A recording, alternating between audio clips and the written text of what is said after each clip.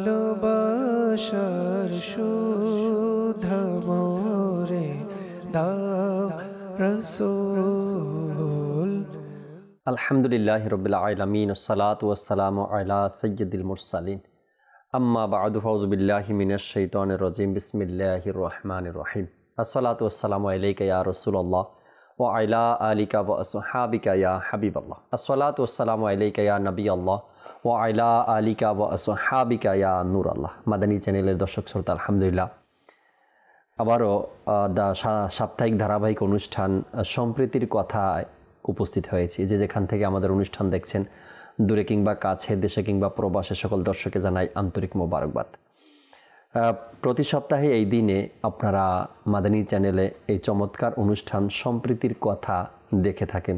কথা যদি হয় সম্প্রীতির, কথা যদি হয় ধর্মের জন্য, কথা যদি হয় ভালোবাসার জন্য, কথা যদি হয় আল্লাহ তার রাসূলের জন্য, সেটাকেই বলা হয় সম্প্রীতির কথা।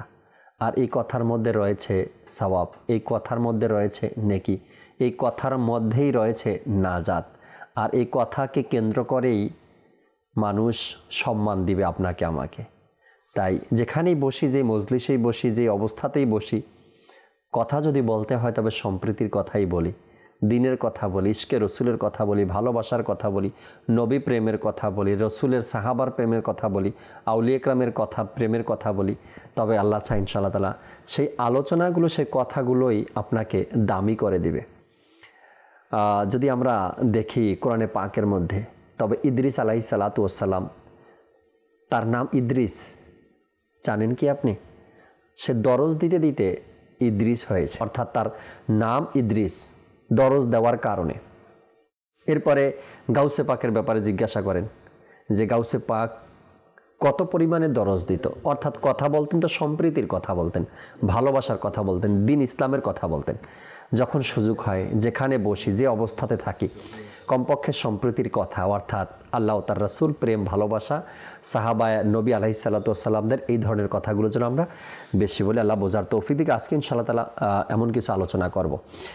অনুষ্ঠানের শুরুতে একটি হাদিসে পাক শ্রবণ করি। নবী রাহমাত শাফি উম্মাত সাল্লাল্লাহু তাআলা আলাইহি ওয়াসাল্লামের আলিশান ফরমান হচ্ছে, তোমরা যেখানেই থাকো না কেন আমার উপর দুরূদ শরীফ পাঠ করো, কেননা তোমাদের দুরূদ আমার নিকট পৌঁছে থাকে। সাল্লু আলাল হাবিব সাল্লাল্লাহু তাআলা আলা মুহাম্মদ সাল্লাল্লাহু তাআলা আলাইহি ওয়াসাল্লাম। আজকের এই অনুষ্ঠান সম্প্রীতির কথায় একটি বিষয় নিয়েছে আলোচনা করার জন্য, আলোচনাও করব, আর আপনাদের কলগুলো আমরা শোনার চেষ্টা করব।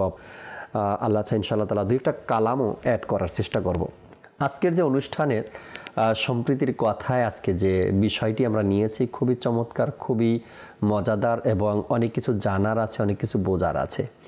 ইশকে রসুল তো জগতে সবার কাছেই ছিল, যারা অর্থাৎ ইমান আকিদা যাদের ভালো ছিল, সঠিক ছিল, তাদের প্রত্যেকের মধ্যেই ইশকে রসুল ছিল। সে সাধারণ মুমিন হলেও তার ব্যাপারেও কিন্তু কোরআনে পাকের মধ্যে ইরশাদ হয়েছে, সাধারণ মুমিন আমার রসুলকে কিভাবে ভালোবাসবে, আর আউলিয়া ইকরাম আমার নবীকে কিভাবে ভালোবাসে, আর সাহাবা ইকরাম আমার নবীকে কিভাবে ভালোবাসছেন। অর্থাৎ আমার নবীর প্রতি ভালোবাসার কথা প্রত্যেক শ্রেণীর মানুষের ব্যাপারেই কিন্তু আমরা জানি। সাহাবা ইকরামের ভালোবাসা তার কোনো তুলনা পৃথিবীতে আর কারো সাথে হবে না, কারো সাথে হবে না। তাদের ভালোবাসা ছিল আপ লেভেলের। এরপরে যদি আমরা দেখি আউলিয়া ইকরাম, তাদের ভালোবাসা, এরপরে সাধারণ মুমিন যারা আছে তাদের ভালোবাসার কাছেও তো আপনি আমি হার মেনে যাই। কেন হার মেনে যাই? যখনই আমরা দেখি এরকমের যে নবী করিম সাল্লাল্লাহু আলাইহি সাল্লামের শানে কেউ গোস্তাকি করছে বা বেয়াদবি করছে, সাধারণ মুমিন ইশকে রসুল দেখেন, সাধারণ মুমিনের ইশকে রসুল দেখেন। সাধারণ মুমিন বলে নিজের বডি থেকে আমার ছাড়, আমার মাথা আলাদা হয়ে যাবে, তারপরও আমি এই ধরনের বেয়াদবিমূলক কথা শুনবো না। একটা সাধারণ মুমিনের আমার নবীর প্রতি ভালোবাসা কেমন। আর আজকে আলোচনা করবেন ইনশাআল্লাহ তাআলা আম্বিয়া আলাইহিস সালাতু ওয়াস সালামের পরে যার মর্যাদা, সকল মানুষের ঊর্ধ্বে যার মর্যাদা, তিনি কে? সিদ্দিক আকবর রাদিয়াল্লাহু তাআলা আনহু।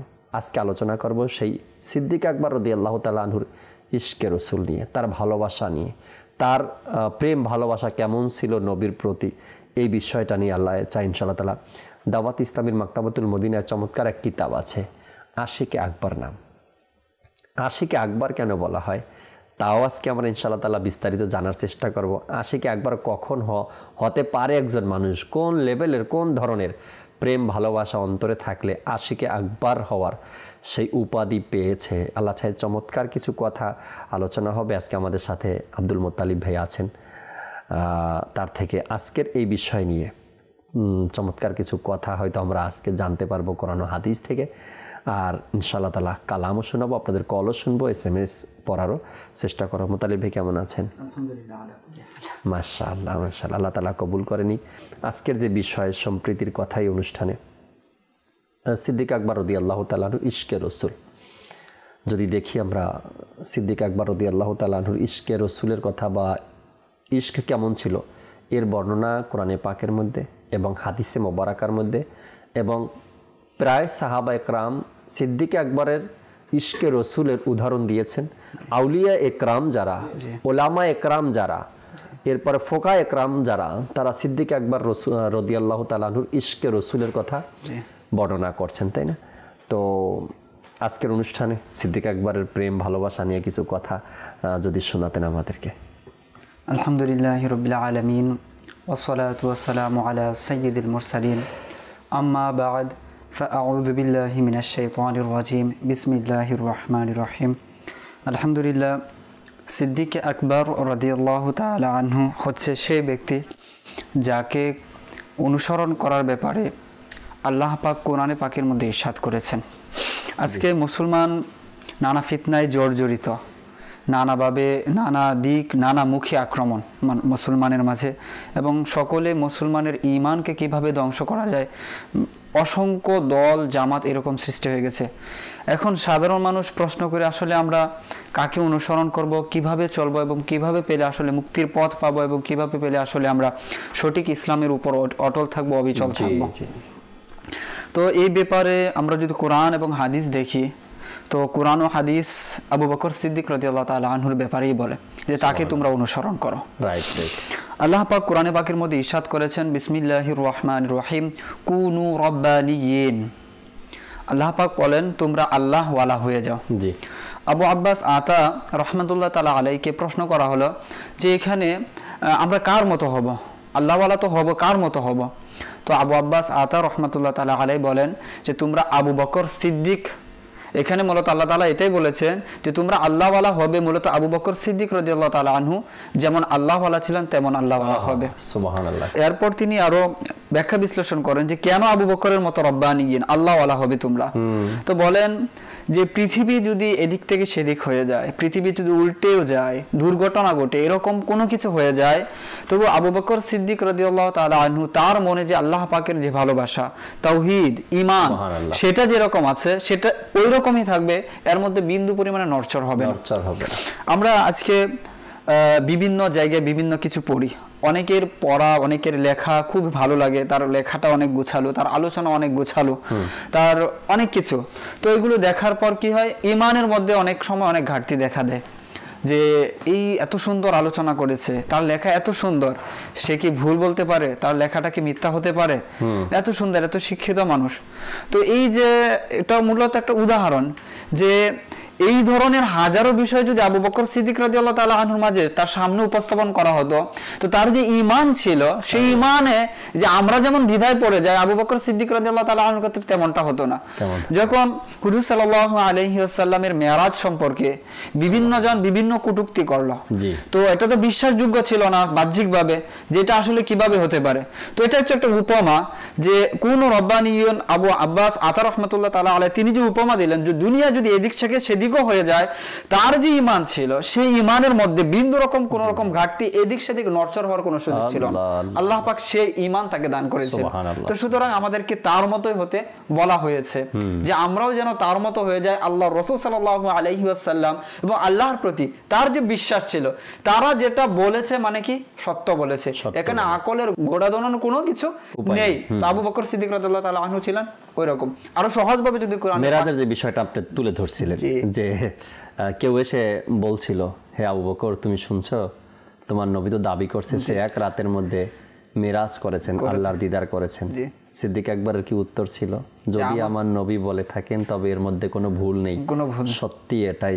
আমি ওইটাই বলবো, যারা মাদানী চ্যানেল দেখে, যে মাদানী চ্যানেল যা বর্ণনা করা হয় সেটা আর মুফতিয়ানে কেরাম যারা আছেন সেটা অত্যন্ত প্রত্যেকটা কিতাবের পিছনে অনেক শ্রম রয়েছে।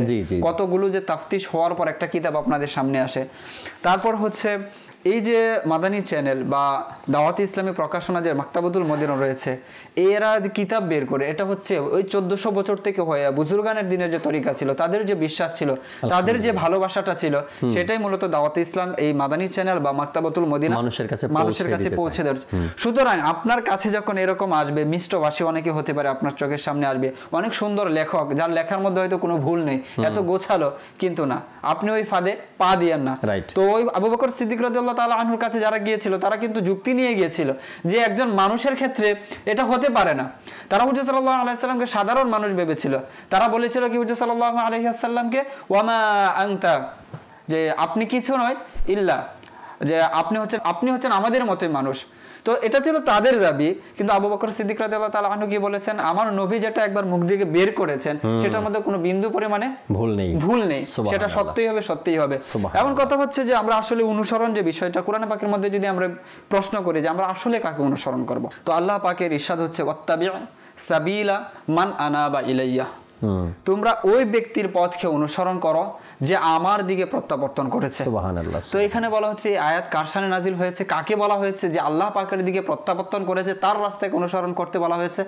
তার রাইসুল মুফাসসিরিন সাইয়্যিদুল মুফাসসিরিন আব্দুল্লাহ ইবনে আব্বাস রাদিয়াল্লাহু তাআলা আনহু তিনি বলেন যেখানে আল্লাহর দিকে যে মান আনাবা ইলাই, এখানে মূলত বলা হয়েছে আবু বকর সিদ্দিক রাদিয়াল্লাহু তাআলা। আল্লাহ, আবু বকর সিদ্দিক রাদিয়াল্লাহু তাআলা আনহুর ইশক কেমন ছিল, তার ভালোবাসা কেমন ছিল, তার রাস্তাকে অনুসরণ করতে বলা হয়েছে। আমরা দ্বিধাদ্বন্দ্বে যে আমরা কাকে অনুসরণ করব, কার রাস্তা অনুসরণ করব, কাকে চললে মূলত আমরা ইসলামের উপর থাকব।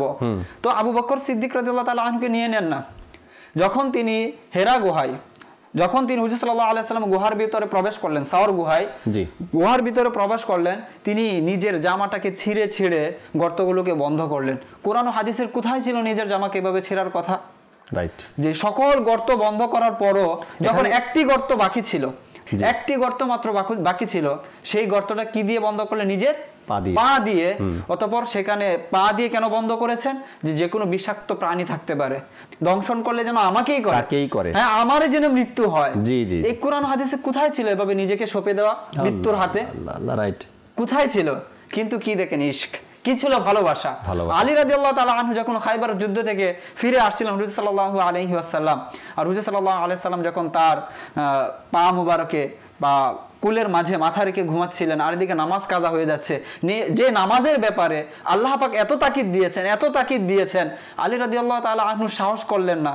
আলী রাদিয়াল্লাহু তাআলা আনহু এখানে হুজুর সাল্লাল্লাহু আলাইহি ওয়াসাল্লাম ঘুমের ব্যাঘাত ঘটাননি, যে ইশকের যেন বা আদবের যেন খেলাফ না হয়ে যায়। এটা কোরআন হাদিসের কোথায় ছিল? কোরআন হাদিস তো এখানে তাকাজা এটাই করছিল যে তুমি না আগে নামাজ পড়ো, তোমার নামাজ চলে যাচ্ছে। এটা ছিল তাদের কাছে ইশকের রাসূলটাই বেশি ছিল, ইশকের রাসূল বেশি ছিল। এটাই হচ্ছে ঈমানের মূল। আর এটাই ছিল আবু বকর সিদ্দিক রাদিয়াল্লাহু তাআলা। যেটা আপনি বলতেছিলেন যে হুজুর সাল্লাল্লাহু আলাইহি সাল্লামের সফরের যে রাত ছিল না, সফরের রাত ছিল মদিনাতে, সিদ্দিক আকবর রাদিয়াল্লাহু তাআলা আনহু আগে থেকে ইশারা পেয়েছিলেন যে সাপ অপেক্ষা করছে। যদি বনি ইসরাইলের আউলিয়া কেরামরা জানেন যে আখিরি নবী আসবে বা আগে এটা হয়েছে, আমার নবীর আউলিয়া কেরামরা কি জানতেন না? সিদ্দিক আকবর রাদিয়াল্লাহু তাআলা আনহুও জানতেন যে এমন এমন ঘটনা আমাদের সাথে ঘটতে যাচ্ছে। তো সিদ্দিক আকবর রাদিয়াল্লাহু তাআলা আনহু, আচ্ছা এই যে সাপ গর্তের মধ্যে আছে আমার নবীর দিদারের অপেক্ষায়, এই ঘটনা কিন্তু পূর্বে থেকে বর্ণিত, তাই না? তো সিদ্দিক আকবর রাদিয়াল্লাহু তাআলা আনহুর ইশক আর মুহাব্বত, এটা যদি কোনো দুনিয়াবি পাল্লায় রেখে ওজন করা যেত, তবে পৃথিবী একদিকে, সিদ্দিক আকবর রাদিয়াল্লাহু তাআলা আনহুর ভালোবাসা নবীর প্রতি আরেকদিকে। কখনোই সিদ্দিক আকবর রাদিয়াল্লাহু তাআলা আনহুর পুরা হায়াতে মোবারকা যারা অধ্যয়ন করেছে, যারা তার জীবনের উপর পিএইচডি করেছে, হয়তো তারাও এটা মেনেছে। কখনোই সিদ্দিক আকবর রাদিয়াল্লাহু তাআলা আনহু হুজুর সাল্লাল্লাহু আলাইহি সাল্লামকে কেন প্রশ্ন করেননি? আমার নবী যত কথা বলেছেন, যা হুকুম করেছেন, যা ইরশাদ করেছেন, সব সময় সিদ্দিক আকবর রাদিয়াল্লাহু তাআলা আনহু লাব্বাইকি বলেছেন। কখনো কেন শব্দটা আসেনি, কেননা তাদের জাতের মধ্যে এই কেন শব্দটা জিজ্ঞাসা করা, কেন প্রশ্ন করা, এটা আদবের খেলাফ ছিল। এটা তারা কখনোই কেন, কি জন্য, এই যে কেন যে বিষয়টা, এটা তাদের মাঝে ছিল না। যে আল্লাহ রাসূল সাল্লাল্লাহু আলাইহি ওয়াসাল্লাম আমাকে যতটুকু বলেছেন আমি এর উপরে আমল করব, এর উপর আমি কি থাকবো, স্থির থাকবো, অটল থাকবো। এটা হচ্ছে সাহাবায়ে কেরামের আকীদা। তাদের বিশ্বাস এরকম ছিল যে আমাকে হুজুর সাল্লাল্লাহু আলাইহি সাল্লাম যতটুকু আমাকে বলেছেন বা আমার কি করতে হবে, ততটুকুর উপরে আমার আমল করতে হবে। তো এখানে আপনার যে বিজ্ঞানের সূত্র খোঁজা, বৈজ্ঞানিকভাবে এটাকে আবিষ্কার করতে হবে, না এতে মানা যাবে না, এরকম না। ইসলাম তো হচ্ছে বৈজ্ঞানিক, কিন্তু আপনার আকল হয়তো সেই পর্যন্ত পৌঁছাতে পারে। আপনার আকলের সীমারেখাই কতটুকু আছে। আপনার আকল নিয়ে আজকে আপনাকে যা বলা হচ্ছে কালকে আপনি ভুলে যাচ্ছেন। তো আপনার আকল নিয়ে কিসের এত অহংকার যে আপনার আকল সবকিছু আবিষ্কার করে ফেলবে, সবকিছুর তথ্য উদ্ঘাটন করে ফেলবে? তো আমাদের সীমারেখা যতটুকু আছে আমরা তার মধ্যে থেকে আমরা চিন্তা ভাবনা করি যে আমার সীমারেখা কতটুকু আছে, আল্লাহ পাক আমাকে কতটুকু দিয়েছেন, যে আমার আজকে এই কাজ করছি, যে আজকে আপনি কি দিয়ে খেয়েছেন, দুদিন পর যদি জিজ্ঞাসা করি যে অমুক দিন আপনি সকালে কি দিয়ে খেয়েছেন, অনেকের তো ক্ষেত্রে তো এরকমই হয় যে সকালে কি দিয়ে খেয়েছে বিকালে জিজ্ঞাসা করলে বলতে পারে না যে আমি সকালে কি দিয়ে খেয়েছি। তো সুতরাং আমাদের আকলের একটা লিমিট আছে, আমরা লিমিটের মধ্যে থেকে চিন্তা ভাবনা করি, সবকিছু আকলের পাল্লা দিয়ে মাপতে না যায়। এমন হয় সচক্ষে অনেক কিছু আমাদের এই বয়সটাতে আমরা দেখছি, সুন্দর ভাষা, সুশীল ভাষা এবং চমৎকার লেখক এবং স্মার্ট মানুষ, আমরা আপনি যে কথাগুলো বলছেন এর সাথে আমি এগুলো প্লাস করলাম, সুন্দর সুশীল ভাষা এবং আপনার দেখতে সুন্দর, স্মার্ট এবং এরকমের যে বিষয়গুলো আছে, এর ধোকায় যেন আমরা না পড়ি। একটা বাণী আছে না যে ইমামে আজম রহমতুল্লাহ তাআলা সম্ভবত, যে আমি একজন মুসি থেকেও একটা কথা শুনেছি বা শিখেছি, তাকে আমি উস্তাদ মেনেছি। কেন? সে ওই মুসি থেকে একটা ধর্মীয় কথা শুনেছেন, যে একটা মাসালা জানতে পেরেছেন। প্রয়োজনে আমরা এমন কারো থেকে শিখি যার গায়ের রং নেই, যার গায়ের পোশাকটা সুন্দর না, যে গ্রাম্য ভাষায় কথা বলে, তার থেকে শিখতে রাজি আছি। কিন্তু কোনো মুনাফিক বা বদ আকীদা, সে যত স্মার্ট হোক না কেন, যত ইংলিশ বাংলা বলুক না কেন, আর যতই তার পাবলিসিটি থাকুক না কেন, এদিকে ধাবিত হওয়াটা মনে হয় না কোনো বুদ্ধিমানের কাজ হবে। হ্যাঁ, যদি ওই ব্যক্তি সঠিক আকীদার কথা বলে, সিদ্দিক আকবরকে সিদ্দিক আকবরের মতো সম্মান দিয়ে কথা বলে, আমার নবীকে আমার নবীর মতো সম্মান দিয়ে কথা বলে, তবে একবার নয় লাখো বার তাকে সালাম, তাই না? এমনটাই হওয়া দরকার। সিদ্দিক আকবর রাদিয়াল্লাহু তাআলা আনহু বা সাহাবা কেরামের আলোচনা যখনই আমরা করি বা অধ্যয়ন করি, প্রায় সময় আপনারা এই কথাটা শুনবেন দর্শক, যে রসুল সাল্লাল্লাহু আলাইহি সাল্লামের শানে ন্যূনতম কোনো যদি বেয়াদবি কোনো ব্যক্তি সাহাবা একরামের সামনে করেছে, তবে তার জবাব তারা সাথে সাথে দেওয়ার চেষ্টা করছে। শুধু হুজুর সাল্লাল্লাহু আলাইহি সাল্লামের আদবের দিকে খেয়াল রেখে অনেক সময় তারা চুপ ছিল, খালি আমার রসুলের আদবের ক্ষেত্রে আমার রসুলের সামনে যদি কাউকে ধমক দেয় তো সেটা বেয়াদবি হয়ে যাবে। এই জন্য অনেক ক্ষেত্রে ফারুক আজম বলেন আর সিদ্দিক আকবর বলেন, তারা চুপ। আচ্ছা, সিদ্দিক আকবর রাদিয়াল্লাহু তাআলা আনহুর ইশকে রসুলের কথা আমরা আলোচনা করছি, এরপর কয়েকটা কল নিবাল আছে।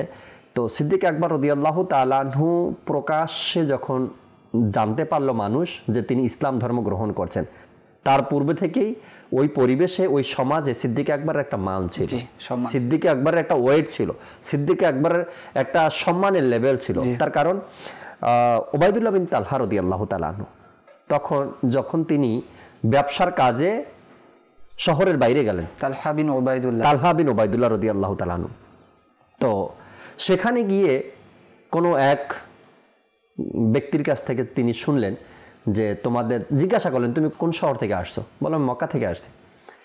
তোমার এলাকায় একজন লোক আছে নাম মুহাম্মদ সাল্লাল্লাহু আলাইহি সাল্লাম, তিনি ইসলাম ধর্মের প্রচার করছেন। তো তিনি এটা শুনে অবাক হলেন, আমার এলাকায় আমার শহরে আমি জানি না। আর ওই ব্যক্তি এটাও বলে দিলেন যে সিদ্দিক আকবর নামে যে লোক আছে তিনিও তার কাছে ঈমান আনয়ন করছেন। তখন তালহা রাদিয়াল্লাহু তাআলা আনহু সফর থেকে ফিরে এসে আগে সিদ্দিক আকবরের কাছে গেলেন। কেন? তার সাক্ষ্য দেওয়াটা তালহা রাদিয়াল্লাহু তাআলা আনহুর কাছে এক গ্রহণযোগ্য ছিল। যদি সিদ্দিক আকবর রাদিয়াল্লাহু তাআলা আনহু ঈমান আনে, কালেমা পড়ে, মুসলমান হয়ে যায়, তবে আমার কোন এখানে বাধা নেই, আমিও মুসলমান হয়ে যাব। সিদ্দিক আকবর রাদিয়াল্লাহু তাআলা আনহুর কাছে আসলেন, এসে বললেন শুনলাম আপনি নাকি কালেমা পড়েছেন, মুসলমান হয়েছেন, একটু ঘটনা আমাকে খুলে বলুন। সিদ্দিক আকবর রাদিয়াল্লাহু তাআলা কোনো সন্দেহ নাই, তিনি বলেন কোনো সন্দেহ নেই, আমি যাকে দেখে, যার কথা শুনে মুগ্ধ হয়ে আমি কালেমা পড়েছি, ইসলাম গ্রহণ করেছি, তার ব্যাপারে কোনো সন্দেহই নেই। সিদ্দিক আকবর 2-4টা কথা বললেন, আমার রসুলের ব্যাপারে 2-4টা কথা বললেন। আল্লাহ রাদিয়াল্লাহু তাআলা বলেন, তার কাছে তো পরে যাব, আগে আমাকে কালেমা পড়ে মুসলমান বানিয়ে দেন আপনি। তার কাছে তো পরে যাব, যার শানের বয়ান করছেন আপনি, আগে আমাকে কালেমা পড়ে মুসলমান। বেশি দিনের আলোচনা না এগুলো। সিদ্দিক আকবর রাদিয়াল্লাহু তাআলা আনহু হুজুর সাল্লাল্লাহু আলাইহি সাল্লামের এই ইসলাম ধর্মের প্রচার প্রসারের কাজ বেশি দিনের আলোচনা না।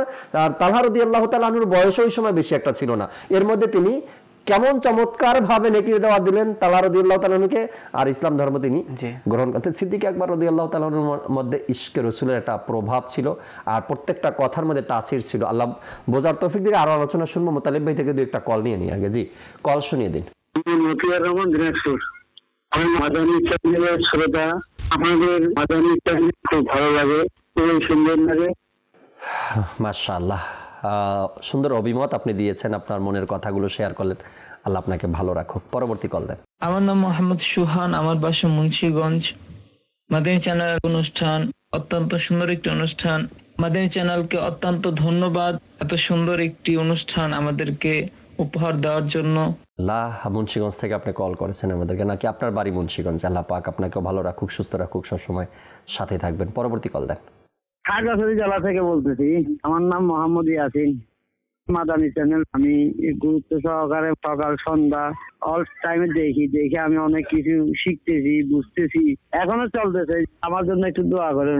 মাশাআল্লাহ, খুবই গুরুত্ব সহকারে আপনি দেখেন। যখন কোনো কাজ কোনো মানুষ গুরুত্ব সহকারে দেখে, তো আল্লাহ তাআলা তার মধ্যে, ওই কাজের মধ্যে, ওই চেষ্টার মধ্যে অবশ্যই আল্লাহ তাআলা রহমত নাজিল করেন, দয়া করেন, আর সেটা সাকসেসও হয় যদি কেউ গুরুত্ব সহকারে নেয় বিষয়টাকে। আল্লাহ পাক ভালো রাখুক আপনাকে। পরবর্তী কল দেন। আমার নাম সৈয়দ হাবিবুর রহমান, আমার বাড়ি কুমিল্লা। মাদানী চ্যানেলের অনুষ্ঠানটি খুবই সুন্দর। এই অনুষ্ঠান থেকে অনেক আমরা জানতে পারি এবং শিখতে পারি। আমার জন্য দোয়া করবেন। মাশাআল্লাহ, আল্লাহ আপনাকেও ভালো রাখুক। সৈয়দ সাহেব দোয়া করবেন আমাদের জন্য। পরবর্তী কল দেন। আমি চট্টগ্রাম থেকে বলছিলাম। মাদানী চ্যানেলের অনুষ্ঠান অনেক সুন্দর, এই অনুষ্ঠান থেকে অনেক জানা যায়। আমার জন্য দোয়া করবেন। মাশাআল্লাহ, আপনার জন্য দোয়া করি, আপনি ভালো থাকুন।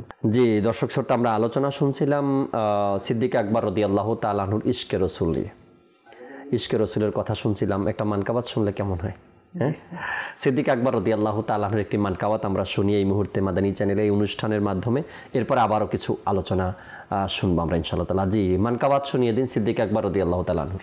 প্রিয় আবু বকর কিভাবে করব তোমার শান বয়ান, তোমার মর্যাদা কত মহান জানে খোদা মহান, তোমার মর্যাদা কত মহান জানে খোদা মহান। আল্লাহর প্রিয় আবু বকর, নবীর প্রিয় আবু বকর, ওমরের প্রিয় আবু বকর, ওসমানের প্রিয় আবু বকর, আলীর প্রিয় আবু বকর, হাসনাইনের প্রিয় আবু বকর। প্রিয় আবু বকর কিভাবে করব তোমার শান বয়ান, নবী রাসূল গণের পরে তুমি উত্তম, তুমি মহান, নবী রাসূল গণের পরে তুমি উত্তম, তুমি মহান, যিনি সবার ইমানের জান করেছেন তোমার শান বয়ান, যিনি সবার ইমানের জান করেছেন তোমার শান বয়ান। প্রিয় আবু বকর কিভাবে করব তোমার শান বয়ান, খোদা মুত্তাকি বলেছেন কুরআনে আছে তার প্রমাণ, খোদা মুত্তাকি বলেছেন কুরআনে আছে তার প্রমাণ। কেন করব না তোমার শান বয়ান ও গো আমাদের প্রাণ, কেন করব না তোমার শান শান বয়ান ও গো আমাদের প্রাণ প্রিয় আবু বকর কিভাবে করব তোমার শান বয়ান তোমার হাতে বায়াত করেছেন ওমর আলী উসমান তোমার হাতে বায়াত করেছেন ওমর আলী উসমান আবু বকর তারাও বয়ান করেছেন তোমার শান ও মান আবু বকর তারাও বয়ান করেছেন তোমার শান ও মান প্রিয় আবু বকর কিভাবে করব তোমার শান বয়ান অর্থ দিয়ে করেছো তুমি দিনকে নবজীবন দান অর্থ দিয়ে করেছো তুমি দিনকে নবজীবন দান তোমার প্রাণ আবু বকর করেছো নবীর তরে কুরবান তোমার প্রাণ আবু বকর করেছো নবীর তরে কুরবান প্রিয় আবু বকর কিভাবে করব তোমার শান বয়ান নবীর পাশে শুয়ে আছো রয়েছে তোমার এমন শান নবীর পাশে শুয়ে আছো রয়েছে তোমার এমন শান তুমি কতই না ভাগ্যবান তোমার সুউচ্চ শান ও মান তুমি কতই না ভাগ্যবান তোমার সুউচ্চ শান ও মান প্রিয় আবু বকর কিভাবে করব তোমার শান বয়ান তোমার মর্যাদা কত মহান জানে খোদা মহান তোমার মর্যাদা কত মহান জানে খোদা মহান আল্লাহর প্রিয় আবু বকর নবীর প্রিয় আবু বকর ওমরের প্রিয় আবু বকর ওসমানের প্রিয় আবু বকর আলীর প্রিয় আবু বকর হাসনাইনের প্রিয় আবু বকর প্রিয় আবু বকর কিভাবে করব তোমার শান বয়ান মাশাআল্লাহ মাশাআল্লাহ আমাদের ইমরান মাদানী ভাইয়ের চমৎকার মানকাবাত সিদ্দিক আকবর রাদিয়াল্লাহু তাআলা আনহুর ব্যাপারে আল্লাহ তাআলা সাহাবা একরামকে ভালোবাসার তৌফিক দান করুক তখনই আমাদের মধ্যে এই সাহাবা একরামের ভালোবাসাটা আসবে যখন আমরা সাহাবা একরামের ব্যাপারে বেশি বেশি শুনব বেশি বেশি চর্চা করব বেশি বেশি অধ্যয়ন করব তাদের ব্যাপারে তখন কিন্তু ভালোবাসাটা বাড়তে থাকবে যে কথাগুলো বলতেছিলেন মুতালিব ভাই আপনি যে আমি বলছিলাম যে আবু বকর সিদ্দিক রাদিয়াল্লাহু তাআলা আনহুর ইশক ও ভালোবাসা আসলে দলিল আপনি তখন খুঁজবেন যখন হচ্ছে ইসলামের সাথে সাংঘর্ষিক নয় আপনি ইসলামের সাথে সাংঘর্ষিক যখন নয় তখন আপনি সেটা আপনি মানতে কোথায় অসুবিধা যদি সেটা হুজুর সাল্লাল্লাহু আলাইহি সাল্লামের ব্যাপারে ন্যূনতম যদি কারো কাছে অবিশ্বাস থাকে ন্যূনতম সেখানে প্রশ্নবিদ্ধ যে প্রশ্নবিদ্ধ আপনাকে আমি অবিশ্বাস করছি আর আপনি এখানে এসে যদি বলেন স্টুডিওতে এসে যদি বলেন যে জাকির ভাই নিচে একটা এই ঘটনা ঘটছে আপনার প্রতি যদি ন্যূনতম অবিশ্বাস থাকে না তখন আমি আপনাকে প্রশ্ন করব কেমনে ঘটলো কখন ঘটলো কিভাবে হলো আপনি নিজে দেখছেন এটা হলো তখন সাহাবা একরামের ব্যাপার তো এটা আশাই করা যায় না তাদের মধ্যে ন্যূনতম অবিশ্বাস ছিল না আমি এটাই বলছিলাম একটা হচ্ছে আকীদা আহলে সুন্নাত যারা লালন করে ধারণ করে বিশ্বাস করে তাদের তো প্রত্যেকটা কাজের পিছনে দলিল অবশ্যই আছে অবশ্যই আছে এর পিছনে দলিল একটা হচ্ছে আপনার সেটা মুতাআলার ঘাটতি সেটা মুতাআলার কমতি অথবা আপনি যে পরিবেশে বড় হয়েছেন যাদের কথা শুনে আপনি বড় হয়েছেন তাদের পরিবেশটা সেই পরিবেশের সমস্যা অন্যথায় আর কোনো জায়গায় সমস্যা নেই অন্যথায় সাহাবায়ে কেরামের জীবনী আমাদের জন্য হচ্ছে দিবালোক পরলোকের নাই। অর্থাৎ তারা আসলে কিভাবে কি করেছেন, কোন সময় কোন কাজটা করেছেন, প্রত্যেকটা কাজের ক্ষেত্রে আসলে আমরা যদি দেখি তাহলে দেখবো যে আসলে কোনো কোনো ক্ষেত্রে তো কোরআন ও হাদিস অন্যটা বলতেছে। যেমন আমি বললাম যে আবু বকর সিদ্দিক রাদিয়াল্লাহু তাআলা আনহু তিনি নিজের পা দিয়ে কি করলেন, গর্ত ঢাকলেন, কিন্তু কোরআন কি বলে, ইয়া আইয়ুহাল্লাযীনা আমানু লা তুলকু বিআইদিকুম ইলা তাহলুকা, হে ঈমানদারগণ, যিনি ঈমানদারদের সরদার তিনি এখানে অন্তর্ভুক্ত। লা তুলকু বিআইদিকুম, তোমরা তোমাদের হাতকে অর্থাৎ তোমরা তোমাদের নিজের নফসকে কি করো না, বিআইদিকুম ইলা তাহলুকা, হালাকতের মধ্যে, ধ্বংসের মধ্যে ঠেলে দিও না, আল্লাহ তাআলার আদেশ। কিন্তু তিনি গর্তে গুহায় গিয়ে কি করলেন, নিজের ইচ্ছাভাবে এটা করলেন। আল্লাহ তাআলা বলেছেন আকিমুস সালাহ, তোমরা নামাজ কায়েম করো।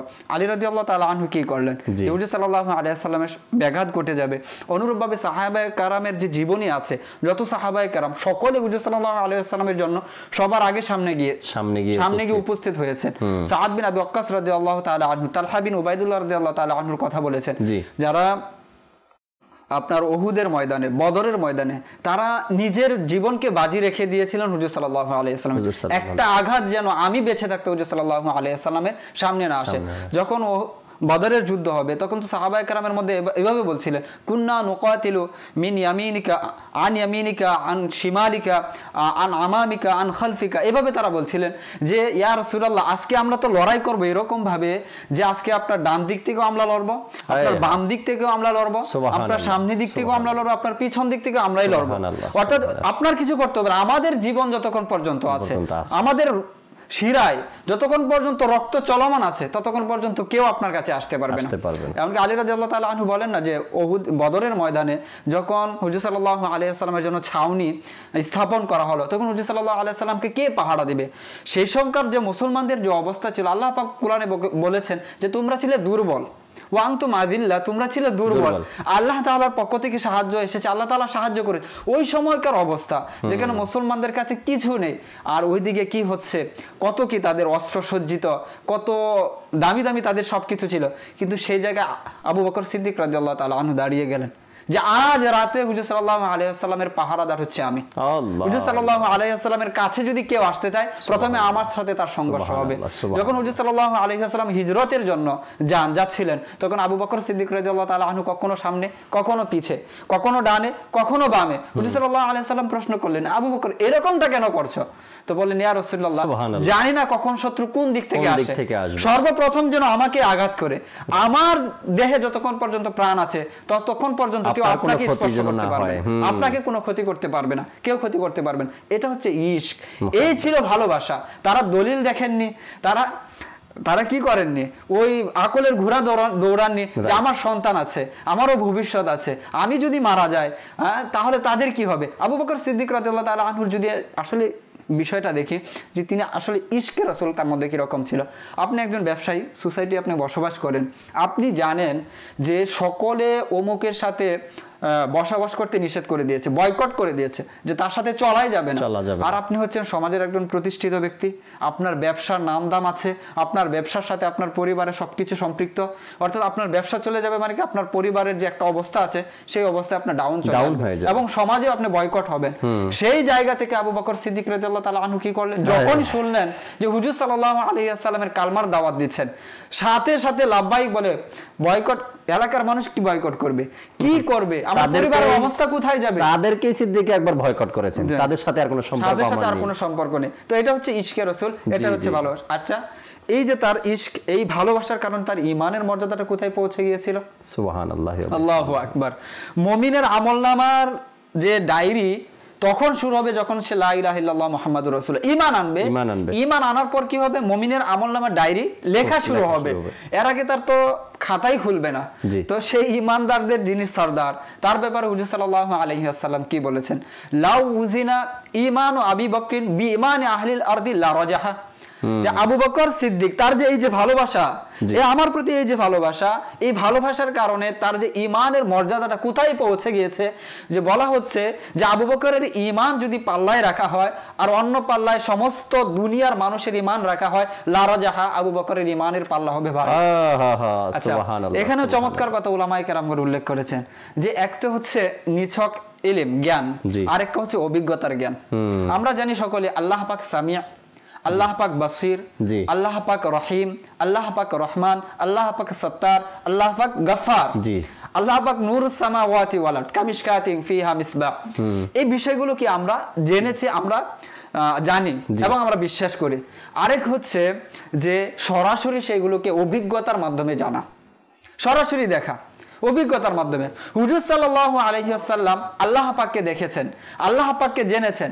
তার ব্যাপারে যে আছে না মেরাজের যে আয়াত বনি ইসরাইলের, যে ইন্নাহু হুয়াস সামিউল বাসির, প্রথম আয়াতের শেষের অংশে যে অনেক মুফাসসিরে কেরামগণ বলেন ইন্নাহু হুয়াস সামিউল বাসির, এখানে সামি এবং বাসির দ্বারা হুজুর সাল্লাল্লাহু আলাইহি ওয়াসাল্লামকে বোঝানো হয়েছে। সুবহানাল্লাহ। সামি মানে কি?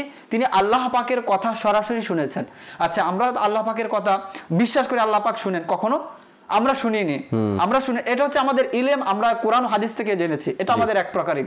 আরেক ইলম হচ্ছে অভিজ্ঞতার মাধ্যমে, সেটার সাথে কোনো ইলমের তুলনা হতে পারে। আল্লাহ রাসূল সাল্লাল্লাহু আলাইহি ওয়াসাল্লাম সামি, আল্লাহ পাকের কথা সরাসরি শুনেছেন। তিনি বাসির, আল্লাহ তাআলা অনেক, তিনি নিজেকে বলে আল্লাহু নূরুস সামাওয়াতি ওয়াল আরদ কামিশকাতিন ফিহা মিসবাহ লাইসা কামিসলিহি শাই। আল্লাহ তাআলা নিজের ব্যাপারে বলেছেন আল্লাহ তাআলা যে কত সুন্দর, কত সুন্দর, এটা আমরা কেউ জানি না, কিন্তু আমাদের বিশ্বাস আছে আল্লাহ তাআলা অনেক সুন্দর, সেটা মানুষের আকলের বাইরে।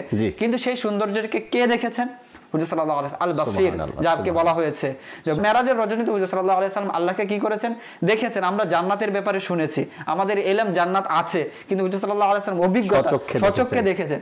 সুতরাং এক হচ্ছে নিছক ইলম, আরেকটা হচ্ছে অভিজ্ঞতা, যেটা অভিজ্ঞতার মাধ্যমে দেখা হয়, জানা হয়, সেই ইলমটা কি রকম হয়, সেই ইলমের সাথে কোনো ইলমের তুলনাই হতে পারে না। তো এক হচ্ছে হুজুর সাল্লাল্লাহু আলাইহি ওয়াসাল্লাম এখানে বলেছেন আবু বকরের ব্যাপারে, যে আবু বকরের ঈমান যদি এক পাল্লায় রাখা হয়, সমগ্র দুনিয়ার মানুষের ঈমান আরেক পাল্লা রাখা হলে কি হবে? আবু বকরের ঈমান এর পাল্লা ভারী হবে। এখন বলা যায় এটা নিছক ইলম নয়, যে হুজুর সাল্লাল্লাহু আলাইহি ওয়াসাল্লাম যে নিছক ইলম এটা নয়, হুজুর সাল্লাল্লাহু আলাইহি ওয়াসাল্লাম অভিজ্ঞতা সম্পন্ন ইলম। বলে এটা কিভাবে?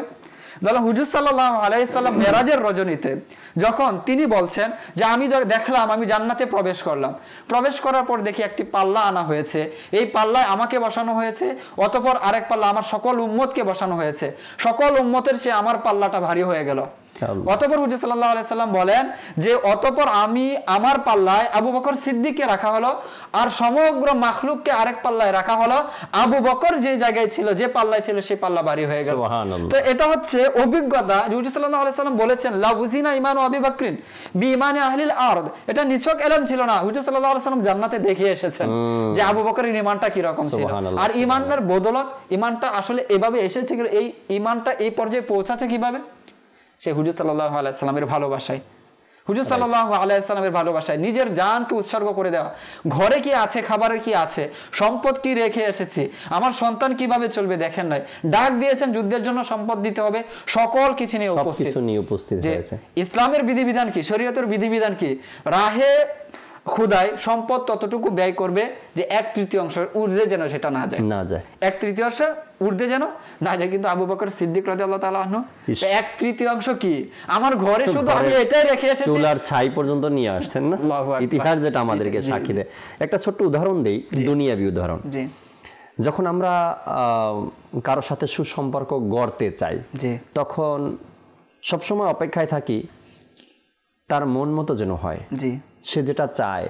তার চোখ কি বলে, তার কান কি বলে, তার মুখ কি বলে। মানুষ যখন কাউকে অত্যন্ত ভালোবাসে যখন, তখন তার চোখের চাউনি দেখে বুঝে ফেলে এই মুহূর্তে তার পানি দরকার। কেননা যার পানি পিপাসা লাগে সে চোখ দিয়ে তাকায়, দেখে জগটা কোথায় আছে, গ্লাসটা কোথায় আছে। আর যে অত্যন্ত ভালোবাসে সেই ব্যক্তি তার চোখের ইশারা দেখে বা চোখ তাকানো দেখে বুঝে এই মুহূর্তে তার পানি দরকার। আপনি হয়তো খেতে বসে অনেককেই ফলো করছেন, আপনার বলার আগে পানি দিয়ে দিত, একটা সময় সামনে ছিল না, যখন আপনার প্রয়োজন আপনি ডানে বামে তাকাতেই পানির জগ গ্লাস আপনার সামনে। বুঝতে হবে সে অত্যন্ত ভালোবাসে এবং আপনার এই চোখের ইশারার অপেক্ষায় ছিল, বা এটা দেখে সে বুঝে গেছে। সাহাবা একরাম আলাইহিমুর রিদওয়ান রাসূল সাল্লাল্লাহু আলাইহি সাল্লামের এই ভালোবাসা অর্জন করার জন্য বাস আমার নবী যেন একবার শুধু বলে দেয়, সুবহানাল্লাহ, তুমি তো অনেক চমৎকার একটা কাজ করেছো, অনেক ভালো একটা কাজ করেছো, এই কাজে আল্লাহ ও তার রাসূল খুশি। এমন শব্দগুলো শোনার জন্য সাহাবা একরাম অপেক্ষায় থাকতো এই কাজের জন্য। এই জন্যই তো কোরআনে পাকের মধ্যে রাদিয়াল্লাহু তাআলা আনহুম বলা হয়েছে। আছে না কোরআন পক্ষ থেকে, আল্লাহ পাকের পক্ষ থেকে এই আয়াতের অংশ সাহাবা একরামের জন্য। কেন? এই জন্যই সাহাবা একরাম অপেক্ষায় থাকতো, আমি এমন কোনো সুযোগ পেয়ে যেতাম, এমন কোনো কাজ করতে পারতাম যার জন্য আল্লাহ তার রাসূল পছন্দ করতেন আমাকে, আল্লাহ তার রাসূল আমাকে মকবুল করে নিতেন, এমন ধ্যান ধারণা, এমন চিন্তা ভাবনায় তারা সবসময় অতিবাহিত করতো, সবসময়।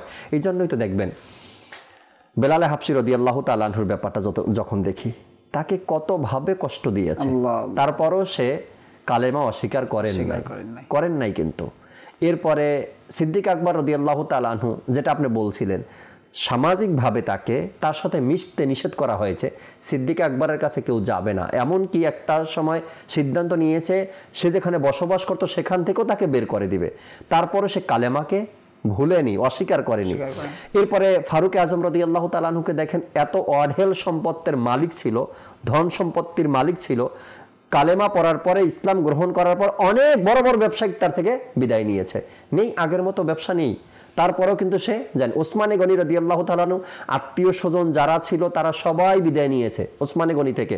আর আলী রাদিয়াল্লাহু তাআলা জানেনি, একদম নবীর দরবারেই পড়েছিলেন, আর কোথাও যেতে পারেনি। এভাবে করে প্রত্যেক সাহাবা একরাম যাদের নাম ইতিহাসে আছে, যাদের কর্মের কথা ইতিহাসে আছে, প্রত্যেককেই এমন কষ্ট সহ্য করতে হয়েছে তাদেরকে, তাই না? তারপরেও কিন্তু তারা কালেমাকে অস্বীকার করেনি, আমার নবীর প্রেম ভালোবাসা ছেড়ে কোথাও যাননি। মদিনাতুল মুনাওয়ারায় যখন আসেন আল্লাহ রসুলের কাফেলা, তো আসার পরপরই তো ভূমিটা, জমিনটা কি বসবাসের উপযুক্ত ছিল না, তাদের আবহাওয়া তারা ম্যাচিং ছিল না, ভূমিটা ওরম নরম ছিল না, ঘর ছিল না, পানির ব্যবস্থা ছিল না। আল্লাহ রসুল সাহাবা একরামের কষ্ট দেখলেন। সাহাবা একরামও মদিনাতুল মুনাওয়ারায় এসে আমার রসুলের প্রেম ভালোবাসা সবকিছু উৎসর্গ করে দিয়েছেন। ফ্যামিলি কোথায়, বাচ্চা সন্তান কোথায়, অর্থ সম্পদ কোথায়, তারা মদিনাতুল মুনাওয়ারায়। এখানে না ঘর আছে, না বাড়ি আছে, না থাকার জায়গা আছে, তারপরেও আল্লাহ রসুলের দিকে তাকিয়ে আছেন। আল্লাহ রসুল যদি বলে দেয় যে তোমাদের এই কষ্টটা আল্লাহর দরবারে কবুল হয়েছে, আর আল্লাহ রসুল বা কেমন, কতটা ভালোবাসেন সাহাবা একরামকে, দোয়া করলেন না মদিনার জন্য? কি দোয়া করছেন? আল্লাহ ওখানের চেয়ে এখানের হাওয়াকে মিষ্ট করে দাও, ওখানের চেয়ে ওই সকল শহরের চেয়ে এই শহরের জমিনকে তুমি উর্বর করে দাও, যেন আমরা বসবাস করতে পারি, সাহাবা একরামের কষ্ট না হয়। আচ্ছা, এই শহরে যেন প্লেগ রোগ প্রবেশ করতে না পারে, এই শহরে যেন দাজ্জাল প্রবেশ করতে না পারে। আল্লাহ রসুল সাহাবা একরামের এই কষ্ট সহ্য দেখে আল্লাহ রসুলের দোয়া আর দোয়া এদের জন্য, যখন যেটা দেখতেন তখনই আল্লাহ রসুল তাদের জন্য দোয়া করতেন। আর সাহাবা একরামের প্রেম, অর্থাৎ বিশেষ করে সিদ্দিক আকবর রাদিয়াল্লাহু তাআলা আনহু থেকে প্রবেশপত্রের অনুমতি চাইতেন সাহাবা একরাম। যদি দেখতেন না যে এখন কি করব, কোন কাজটা করলে আমাদের জন্য উচিত হবে, সিদ্দিক আকবর রাদিয়াল্লাহু তাআলা আনহুর কাছে যেতেন যে আপনি তো আল্লাহ রসুলের সবচাইতে কাছের, সবচাইতে বেশি কিছু জানেন, আপনি এই মুহূর্তে কি করতে পারি আমরা।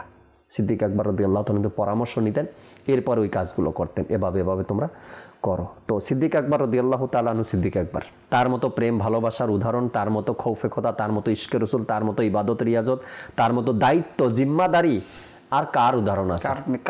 তাই না? তো আপনি যেটা বলেছেন, আসলে পরবর্তী যুগে কিন্তু এরকম ভাবে তাদের উসিলা নিয়ে আল্লাহ তাআলার দরবারে দোয়া করা হতো। এরকম ঘটনাও কিন্তু কিতাবের মধ্যে পাওয়া যায় যে এক ব্যক্তি, দুইজন পাড়া প্রতিবেশী ছিল, এর মধ্যে একজন ছিল খুবই নিষ্ঠুর, খুবই বাজে আচরণ করতো আরেক ব্যক্তির সাথে। তো পরবর্তীতে তার এই বাজে আচরণের কারণে সে নিজের ঘর ছেড়ে চলে গেল অন্যত্র। পরবর্তীতে কোনো একদিন শুনতে পেল তার সাথে যে লোকটি আচরণ করতো সে ইন্তেকাল করেছে।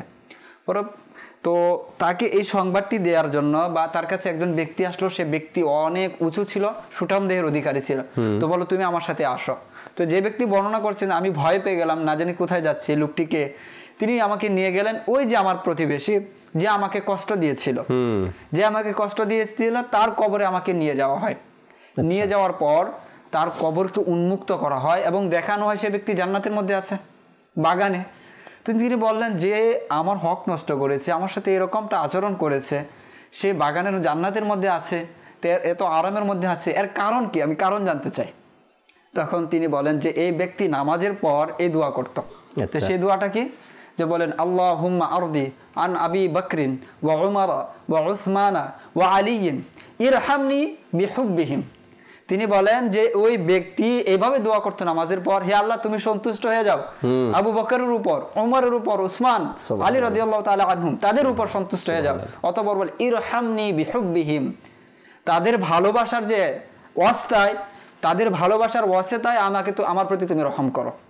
তাদের ভালোবাসার যে অবস্থা, তাদের ভালোবাসার উসিলা হিসাবে তিনি আল্লাহ পাকের নিকট দোয়া করেছেন, এই জন্য আল্লাহ পাক তাকে তার এই অবস্থান, এই মাকাম দান করেছেন। তো পূর্ববর্তী বুজুর্গনের দিন তাদের উসিলা এভাবে দোয়াও করতেন, তাদের এই আখলাক, তাদের এই আল্লাহ রসুল সাল্লাল্লাহু আলাইহি ওয়াসাল্লামের প্রতি তাদের যে ভালোবাসা ছিল, সেই ভালোবাসার উসিলায়। তো এটা বুজুর্গনের দিনের মধ্যে একটা তরিকা এভাবে চলে আসছে, এবং আজ পর্যন্ত যারা মুমিন মুসলমান যারা দাবি করে, তারা কিন্তু আবু বকর সিদ্দিক তাদের দেখানো পথে চলতে চায়, যে তারা আসলে কিভাবে চলেছে, তারা আসলে ইসলামটাকে কিভাবে বুঝেছে, তারা আসলে ইসলামটাকে কিভাবে নিজেদের মধ্যে ধারণ করেছে, বাস্তবায়ন করেছে। একটা বিষয় হচ্ছে হুজুর সাল্লাল্লাহু আলাইহি ওয়াসাল্লাম নিজের ব্যাপারে খুব কম বলেছেন। হুজুর সাল্লাল্লাহু আলাইহি ওয়াসাল্লামের ব্যাপারে যখন বলা দরকার, তখন আল্লাহ তাআলার পক্ষ থেকে জবাব এসেছে। হুজুর সাল্লাল্লাহু আলাইহি ওয়াসাল্লামকে কিভাবে আদব করতে হবে, হুজুর সাল্লাল্লাহু আলাইহি ওয়াসাল্লাম খুব কম বলেছেন, আল্লাহ পাকের পক্ষ থেকে এসেছে। যে আমার হাবিবের সামনে কিভাবে উঠা বসা করতে হবে, কিভাবে তার সাথে কথা বলতে হবে, কিভাবে প্রশ্ন করতে হবে, আওয়াজ কতটুকু দিতে পারবে, কোন প্রশ্নটা করতে পারবে, কোন প্রশ্নটা করা যাবে না। আরেকটা বিষয় হচ্ছে হুজুর সাল্লাল্লাহু আলাইহি ওয়াসাল্লামের প্রতি আমাদের ভালোবাসাটা কিরকম হওয়া উচিত, সেটা হচ্ছে সাহাবায়ে কেরামের আখলাক। তারা কিভাবে হুজুর সাল্লাল্লাহু আলাইহি ওয়াসাল্লামকে চিনেছে, তাদের কি রকম আদব ছিল, তাদের ভালোবাসাটা কি রকম ছিল। হুজুর সাল্লাল্লাহু আলাইহি ওয়াসাল্লামের অনেক সময় হাদিস খোঁজা হয় যে তিনি নিজের ব্যাপারে কি বলেছেন। আচ্ছা, হুজুর সাল্লাল্লাহু আলাইহি ওয়াসাল্লাম বিনয়ীদের সরদার ছিলেন, বিনয়ীদের সরদার। তিনি কখনো বলবেন যে আমার জন্য তোমরা এটা করো, এটা তো হতে পারে না। আল্লাহ পাকের পক্ষ থেকে তো শিক্ষা এসেছে, সেই শিক্ষাটাও যদি উম্মত নিয়ে নেয়, তখন আপত্তির কোনো সুযোগ থাকে না, আপত্তির কোনো সুযোগ থাকে না। উলামায়ে কেরামগণ তো বলেন যে হুজুর সাল্লাল্লাহু আলাইহি ওয়াসাল্লামের শানের ব্যাপারে, আদবের ব্যাপারে আল্লাহ পাক এত আলোচনা করেছেন, এত আয়াত নাজিল করেছেন, সেগুলো ধারাবাহিকভাবে আলোচনা করতে গেলে অনেক সময়ের প্রয়োজন। অসংখ্য আয়াত রয়েছে হুজুর সাল্লাল্লাহু আলাইহি ওয়াসাল্লামের এই আদবের ব্যাপারে, আখলাকের ব্যাপারে, তার অনুসরণ ব্যাপারে, তার ইতাআতটা কিরকম হবে, তার ইত্তেবাটা কিরকম হবে, তার যে শান মর্যাদা রয়েছে সেই মর্যাদাটা কিরকম হবে। তো সেটা যদি আমরা কোরআন এর আলোকে দেখি, হাদিসে অবশ্যই আছে, অনুসরণ করতে হবে। এবং সাহাবায়ে কেরামের জীবনে প্র্যাকটিক্যাল যেটা আমরা বলি, যে যাদের ব্যাপারে আল্লাহ তাআলা বলেছেন যে ইত্তাবি' সাবিলা মান আনাবা ইলাই, যাদের ব্যাপারে বলেছেন যে তাদেরকে যদি কেউ অনুসরণ করে, তাদের প্রতি আল্লাহ তাআলা সন্তুষ্ট। সুতরাং তারা কিভাবে অনুসরণ করেছেন, তারা কিভাবে নিজেদের জীবনকে উৎসর্গ করেছেন, সেটা আমাদেরকে দেখতে হবে, আমাদের চোখের সামনে রাখতে হবে। তাহলে গিয়ে পরে আমরা সঠিক দিক নির্দেশনা, যে আমরা দ্বিধাদ্বন্দ্বের মাঝে ভুগছি, সেটা অনেকটা আমাদের কেটে যাবে। রাইট। চমৎকার কথাগুলো সিদ্দিক আকবর রাদিয়াল্লাহু তাআলা আনহুর ব্যাপারে আমরা শুনতেছিলাম। আরেকটি কালাম আমরা ইনশাআল্লাহ তাবারাক ওয়া তাআলা আজকের অনুষ্ঠানে অ্যাড করি, আর এই কালামটা শুনে এরপর ইনশাআল্লাহ তাআলা আরও কিছু সংক্ষিপ্ত কিছু কথা বলেই অনুষ্ঠান থেকে বিদায় নেব ইনশাআল্লাহ তাআলা। আরেকটি কালাম আমাদেরকে শুনিয়ে দিন। রমজান রমজান মাহে রমজান রমজান রমজান মাহে গুফরান মাহে গুফরান রমজান আসছে আবার মাহে রমজান আসছে আবার মাহে রমজান আসছে আবার মাহে রমজান আসছে আবার মাহে রমজান মারহাবা শত মারহাবা আসছে আবার রমজান রহমত আর বরকত পূর্ণ আল্লাহর মাস রমজান রমজান আসছে আবার মাহে রমজান আসছে আবার মাহে রমজান আসছে আবার মাহে রমজান আসছে আবার মাহে রমজান মাগফিরাতের বার্তা নিয়ে আসছে আবারও রমজান মাগফিরাতের বার্তা নিয়ে আসছে আবারও রমজান উঠবে জেগে ঘুমন্ত ভাগ্য সতেজ হবে মোদের ঈমান সতেজ হবে মোদের রমজান আসছে আবার মাহে রমজান আসছে আবার মাহে রমজান আসছে আবার মাহে রমজান আসছে আবার মাহে রমজান ইবাদতের তরে তোমরা প্রস্তুতি নাও মুসলমান ইবাদতের তরে তোমরা প্রস্তুতি নাও মুসলমান লুটে নিও রহমতের ধারা 30 দিনে মেহমান আসছে আবার মাহে রমজান, আসছে আবার মাহে রমজান, আসছে আবার মাহে রমজান, আসছে আবার মাহে রমজান। নাজাতের বার্তা নিয়ে আসছে আবারও রমজান, নাজাতের বার্তা নিয়ে আসছে আবারও রমজান। আন্দোলিত হও গুনাহগার, ক্ষমারি মাস রমজান, ক্ষমারি মাস রমজান। আসছে আবার মাহে রমজান, আসছে আবার মাহে রমজান, আসছে আবার মাহে রমজান, আসছে আবার মাহে রমজান। রহমতে প্রথম দশক, পরের দশক বরকতে, রহমতে প্রথম দশক, পরের দশক বরকতে, নাজাত নিয়ে শেষের দশক, আসছে মাহে গুফরান রমজান। আসছে আবার মাহে রমজান, আসছে আবার মাহে রমজান, আসছে আবার মাহে রমজান, আসছে আবার মাহে রমজান। আল্লাহুম্মা বাল্লিগনা রমাদান, আল্লাহুম্মা বাল্লিগনা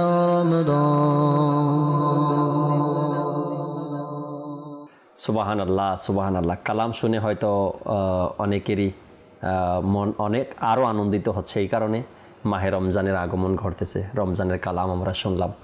আল্লাহ পাক কবুল করে নিক, আল্লাহ তাআলা বরকত দিক। মাহে রমজান আসছে সামনে, আমাদেরকে আরও ভালো মতো প্রস্তুতি নিতে হবে নিজের ব্যাপারে, পরিবারের ব্যাপারে।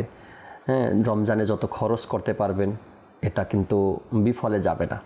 অন্যান্য মাসের চেয়ে রমজান মাসে পরিবারের জন্য, নিজের জন্য যে খরচটা করবেন সেটারও প্রতিদান আল্লাহ তাআলা দিবেন। আর রমজানে আল্লাহ তাআলা রোজাদারের জন্য রিজিক বাড়িয়ে দেন, এটা তো জানি আমরা সবাই। রমজানে খরচটা সেটাও কিন্তু অন্যান্য মাসের তুলনায় 70 গুণ সওয়াব আপনি বেশি পাবেন যদি আপনি ভালো মতো করতে পারেন এবং নেক কাজের মতো করতে পারেন। আজে বাজে কাজের মতো না, নেক কাজের মতো, ভালো মতো। যেমন অনেক সময় উদাহরণ দিই আপনাদেরকে, যে আপনি পোশাক পরছেন, এটাও সাদকার সওয়াব তখন পাবেন যখন আপনি এই পোশাকটা কেনার আগে ভালো নিয়ত করবেন, আল্লাহ তোমার হুকুম ফরজকে ঢাকার জন্য এই পোশাক পরিধান করে তোমার ইবাদত করার জন্য আমি পোশাক কিনছি, তখন সেটা সাদকা এবং সওয়াবও পাবেন।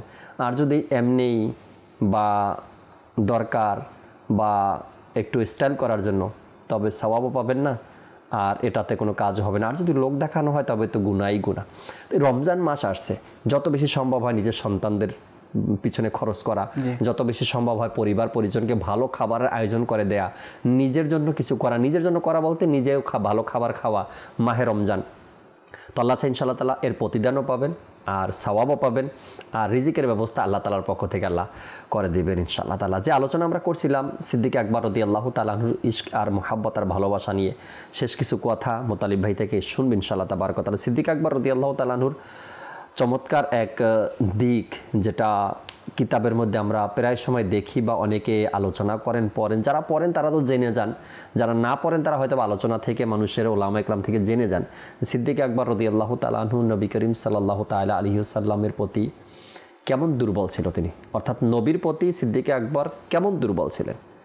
যে আয়েশা সিদ্দিকা রাদিয়াল্লাহু তাআলা আনহার ব্যাপারটা দেখেন, যখন হুজুর সাল্লাল্লাহু আলাইহি সাল্লামের সাথে তার নিকাহ বিবাহের আলোচনা আসে, তখন সিদ্দিক আকবর রাদিয়াল্লাহু তাআলা আনহু খুশি মনে, একদম খুশি মনে, ওই যে আমি পিছনে একটু আগে কথা বললাম যে সাহাবা একরাম এমন অপেক্ষায় থাকতেন আল্লাহ রসুলের পক্ষ থেকে যদি কোনো পয়গাম আসে, কোনো সংবাদ আসে, যেন আমি সাথে সাথে করে দিই এবং আল্লাহ রসুল যেন খুশি হয়ে যায়। এরপরে মা আয়েশা সিদ্দিকা রাদিয়াল্লাহু তাআলা আনহার ব্যাপারটা দেখেন, এরপরে হিজরতের রাতের ঘটনা দেখেন, এরপরে আল্লাহ রাস্তায় সাদকা করার ব্যাপারে দেখেন। রসুল সাল্লাল্লাহু আলাইহি সাল্লাম নিজে বলেন যে আমার সিদ্দিক আকবরের পরামর্শ আমার যে কত কাজে আসছে, অর্থাৎ হুজুর সাল্লাল্লাহু আলাইহি সাল্লামের যখনই কোনো পরামর্শ করতে হতো আগে সিদ্দিক আকবর রাদিয়াল্লাহু তাআলা আনহুর দিকে তার ইশারা যেত, সিদ্দিক আকবর কোথায় আছে, আমি তার সাথে একটু পরামর্শ করে নিই। সিদ্দিক আকবর রাদিয়াল্লাহু তাআলা আনহুর সাথে আগে পরামর্শ করতেন, এরপরে বাকি সাহাবা একরামের সাথে বসে পরামর্শ করতেন, কথা বলতেন বা কাজ সমাধান করতেন। হুজুর সাল্লাল্লাহু আলাইহি সাল্লামের প্রত্যেকটা কাজে সেটা হোক ঘরের কাজ, সেটা হোক এলাকার কাজ, সেটা হোক রাষ্ট্রীয় কাজ, সেটা হোক ধর্মীয় কাজ, প্রত্যেকটা কাজে রসুল সাল্লাল্লাহু আলাইহি সাল্লাম সিদ্দিক আকবর রাদিয়াল্লাহু তাআলা আনহুকে পাশে পেয়েছেন। আর এই জন্য তো নিজেই প্রশংসা করেছেন যে সিদ্দিক আকবরের দান অনুদান, সিদ্দিক আকবরের সুপরামর্শ আমার অনেক কাজে আসছে। এভাবে হুজুর সাল্লাল্লাহু আলাইহি সাল্লাম প্রশংসা সিদ্দিক আকবর রাদিয়াল্লাহু তাআলা আনহুর করেছেন। আর এমন প্রশংসার পাত্র কখন হয়?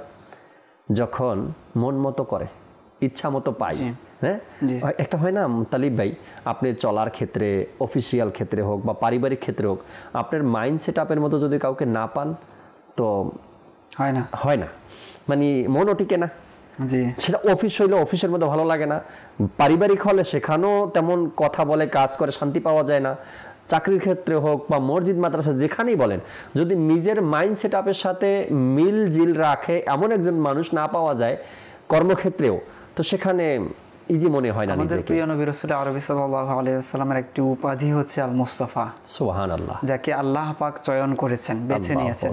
তো হুজুর সাল্লাল্লাহু আলাইহি ওয়াসাল্লাম বলেন, যেভাবে আল্লাহ পাক আমাকে বেছে নিয়েছেন সকল নবীদের মধ্যে হতে, সকল রসুলের মধ্যে হতে, যেভাবে আল্লাহ পাক আমাকে মর্যাদা দিয়েছেন, এই যে বাছাই করা, চয়ন করা, তো হুজুর সাল্লাল্লাহু আলাইহি ওয়াসাল্লাম বলেন অনুরূপভাবে আমার সাহাবী যারা আছে আল্লাহ পাক সকল উম্মত থেকে এদেরকে বাছাই করে আমাকে দিয়েছেন। সুবহানাল্লাহ, সুবহানাল্লাহ। তাদের যে এখানে যদি দেখি যে সকল উম্মত থেকে সাহাবায়ে কেরামকে শ্রেষ্ঠ মানুষদেরকে আল্লাহ পাক হুজুর সাল্লাল্লাহু আলাইহি ওয়াসাল্লামকে দান করেছেন। জি জি। আর তাদের মধ্যে থেকে শ্রেষ্ঠ হচ্ছে আবু বকর সিদ্দিক রাদিয়াল্লাহু তাআলা। সুবহানাল্লাহ, সুবহানাল্লাহ। এই জন্য তো সকল ক্ষেত্রে যেখানে একাকিত্ব, যেখানে গড়ে হোক বাইরে হোক, যেখানে প্রয়োজন সেখানে কি করেছেন হুজুর সাল্লাল্লাহু আলাইহি ওয়াসাল্লাম সিদ্দিক আকবর রাদিয়াল্লাহু তাআলা আনহুর পরামর্শ, তার সাথে কথা বলা যে বিষয়গুলোকে আরো সামনে কিভাবে এগিয়ে নেওয়া যায়।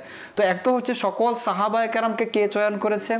আল্লাহ পাক চয়ন করেছে। এখন তাদের মধ্য থেকে সবচেয়ে কাছের কে, ঘনিষ্ঠের কে? আবু বকর সিদ্দিক রাদিয়াল্লাহু তাআলা আনহু। এর দ্বারা বোঝা যায় যে সবচেয়ে বেশি তাদের মধ্যে থেকে আরো বেশি যাকে চয়ন করেছে, আরো বেশি যাকে আল্লাহ পাক ভালোবেসেছেন, সেটা হচ্ছে আবু বকর সিদ্দিক রাদিয়াল্লাহু তাআলা। এই জন্য তো আল্লাহ পাক তার ব্যাপারে কোরআনে পাকের মধ্যে বেশ কিছু কিন্তু উপাধি রয়েছে। একই আয়াতের মধ্যে যদি আমরা দেখি খলিফা নিযুক্ত করার বিষয়টি, উমর রাদিয়াল্লাহু তাআলা আনহু তিনি যখন খলিফা কে হবে তখন সবাই বলল যে আমরা 4-5 গোত্র থেকে প্রধান কয়েকজন নিযুক্ত করে সম্মিলিতভাবে একটা খলিফা হবে।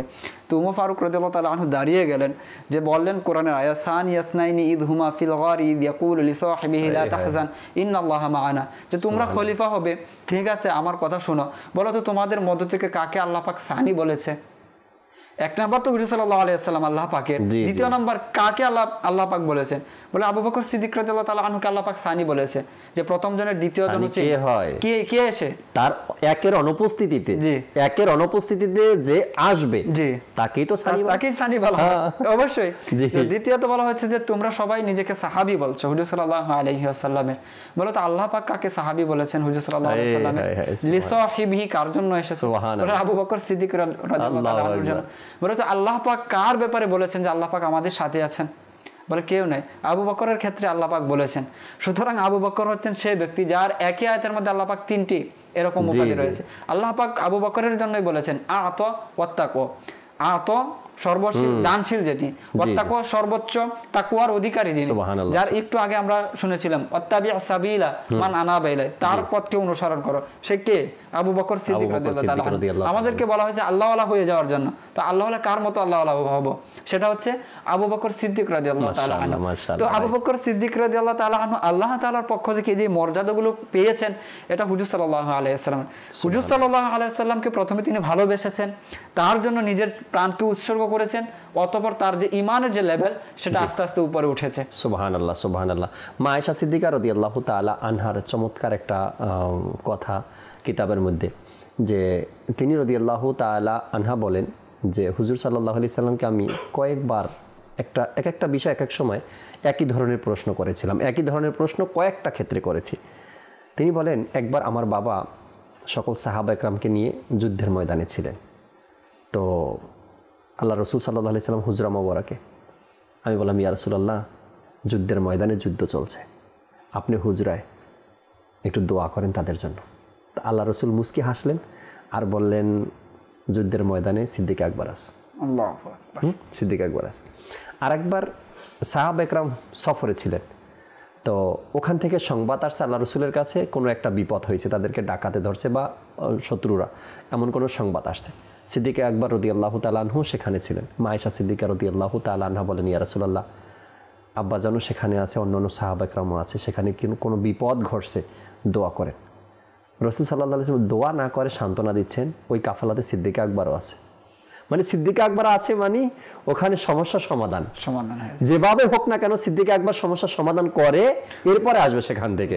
যুদ্ধের ময়দানে হলো সিদ্দিক আকবর রাদিয়াল্লাহু তাআলা আনহু আছেন, যদি কোনো প্রবলেম হয় তো তাই সেই দোয়া করবে আল্লাহ তাআলার দরবারে, এবং সমস্যা হলে তিনি সামনে আগে দাঁড়াবে। আর কোরআনের কিন্তু এটাই বলে যে যার সাথে আল্লাহ তাআলা আছেন তিনি সেখানে থাকতে আবার কিসের ভয়। মূলত কিন্তু সমাধান এটাই সমাধান বের হয়। তো আল্লাহ রাসূল সাল্লাল্লাহু তাআলা আলাইহি ওয়াসাল্লাম এক ভরসার জায়গা সিদ্দিক আকবর রাদিয়াল্লাহু তাআলা আনহু। যখনই যেটা আসতো আল্লাহ রসুলের কাছে তো ঢাল হিসাবে সিদ্দিক আকবর রাদিয়াল্লাহু তাআলা আনহু। এরপরে আরেকটা বর্ণনার মধ্যে আমি পড়লাম, মা আয়েশা সিদ্দিকা রাদিয়াল্লাহু তাআলা আনহা আল্লাহ রসুলকে বললেন যে কিছু এমন লোক আসছে আল্লাহ রসুলকে প্রশ্ন করার জন্য, বিভিন্ন ধরনের কটূক্তি করার জন্য। তো আল্লাহ রসুল সাল্লাল্লাহু আলাইহি ওয়াসাল্লাম হুজরা মোবারকে মা আয়েশা সিদ্দিকা রাদিয়াল্লাহু তাআলা আনহা বলেন, ইয়া রাসূলুল্লাহ, ওই সকল লোকেরা আবার আসছে আপনাকে কষ্ট দেওয়ার জন্য। তো আল্লাহ রসুল সাল্লাল্লাহু আলাইহি সাল্লাম বলেন, এক কাজ করেন, আপনি আপনার বাবাকে পাঠিয়ে দিন, আমার প্রতিনিধি হয়ে সিদ্দিক আকবর রাদিয়াল্লাহু তাআলা আনহু যাবে। তার সামনে সিদ্দিক আকবর রাদিয়াল্লাহু তাআলা আনহুর কথা বলার ধরন, তার বোঝানোর ধরন অনেক ভালো, তাকে পাঠিয়ে দিন, ওদের সাথে সিদ্দিক আকবরই যথেষ্ট। অর্থাৎ এই জায়গাতেও সিদ্দিক আকবর রাদিয়াল্লাহু তাআলা আনহুকে আল্লাহ রসুল ঢাল হিসাবে রেখেছেন, বা সুপরামর্শদাতা হিসাবে রেখেছেন, বা নিজের প্রতিনিধি হিসাবে এখানেও রেখেছেন। তা আল্লাহ রসুল সাল্লাল্লাহু আলাইহি ওয়াসাল্লামও সিদ্দিক আকবরকে ভালোবাসতেন। সিদ্দিক আকবর রাদিয়াল্লাহু তাআলা আনহু তো নিজের ভালোবাসার পরিচয় দিয়েই আশিক আকবর হয়েছে, তাই না? সিদ্দিক আকবর আশিক আকবর ভালোবাসার পরিচয়, এই ভালোবাসার পরিচয় দিয়ে আল্লাহ তাআলা আমাদেরকে প্রত্যেক সাহাবা একরামের ব্যাপারে সুধারণা রাখা, ভালো ধারণা রাখা, ভালো কথা বলা এবং প্রশংসা করতে থাকা, সেই তৌফিক আল্লাহ তাআলা আমাদেরকে দান করুক। আমিন বিজাহিন নবিল আমিন সাল্লাল্লাহু তাআলা আলাইহি ওয়াসাল্লাম। সাল্লু আলাল হাবিব সাল্লাল্লাহু তাআলা আলা মুহাম্মদ সাল্লাল্লাহু তাআলা আলাইহি ওয়াসাল্লাম। ভালোবাসার সুধা মোরে দাও রাসূল।